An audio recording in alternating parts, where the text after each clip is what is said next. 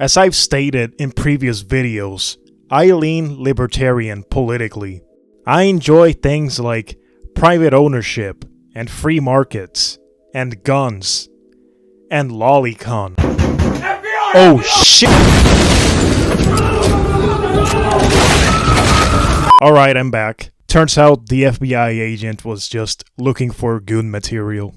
So as I was saying, it should come as no surprise that I'm not exactly a big fan of left-wing political ideologies. I believe that left-wing economics do not work neither on paper nor in the real world. And I'm also of the opinion that left-wing regimes throughout history becoming Big Brother 1984 dystopias is not a coincidence, but an inevitable outcome of leftism. So first things first. What even is leftism anyways? You see a lot of people throwing that word around, both positively and negatively, but what does it actually mean? Leftism, or left-wing politics, is an umbrella term for ideologies that promote things like social equality, egalitarianism, redistribution, democracy, and collectivism. Leftists essentially want a world where everything is fair, everyone gets, and no one is above anyone else. One of the most popular left-wing ideologies is socialism. Again, socialism is a word you've probably heard being thrown around, but what does it actually mean? Well, it's when the government does stuff. Sorry, what I meant to say was, it's a left-wing ideology that advocates for the workers to own the means of production. What this means in English is that things like tools, farms, and factories, basically anything that can be used to generate capital, would be collectively owned and managed democratically by the workers. These collectivized means of production are called worker co-ops. Now here's what might surprise you. As a pro-capitalist libertarian, I'm actually not against the existence of workers co-ops.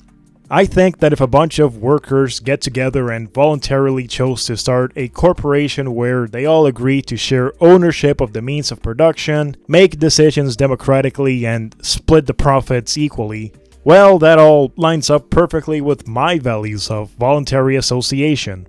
In fact, worker co-ops are already legal within our current capitalist system. They exist, and in some places there are even laws that protect their existence. So if the thing that socialists want is already legal, what are they fighting for exactly? Ain't that one hell of a question? See, the problem isn't that co-ops aren't legal, because they are.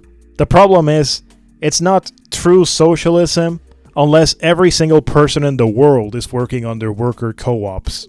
If even just one private corporation exists, then it's not real socialism. And this is where we get into the idea of command economies.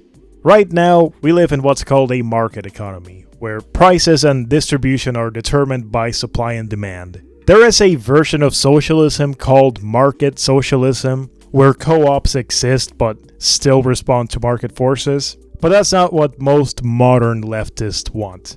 It's not what any of these guys want. What they want instead is a command economy, an economic system where the government, or some central authority, but let's be real here, it's gonna be the government, decides what gets made, how much of it gets made, who gets it, and how much it costs. In other words, the government controls the economy. In theory, this is supposed to ensure fairness and equality. In practice, it creates an economy run by bureaucrats who think they know what everyone wants better than the people themselves. As a right-wing capitalist libertarian, I don't really care if a bunch of leftists living far and away from me attempt to start and fail at making a socialist utopia. That is of course implying they don't force me to live in it as well. That's their problem, not mine. I'll just sit back and laugh as I watch it collapse from a safe distance. Leftists, however, do not think this way about rightists. They view the mere existence of capitalism anywhere as an injustice. Under their worldview, there can't be capitalists at all, because collectivism requires total participation. Voluntary systems aren't enough. You have to force everyone in, whether they like it or not. Now, if you can rub two brain cells together, I think you can start to see where the problem is. How are you going to enforce any of these policies without some kind of all-powerful centralized authority figure? Like, how are you going to prevent two individuals from making a voluntary transaction with each other? How are you even going to know that transaction happened without some bureaucrat monitoring every inch of the economy?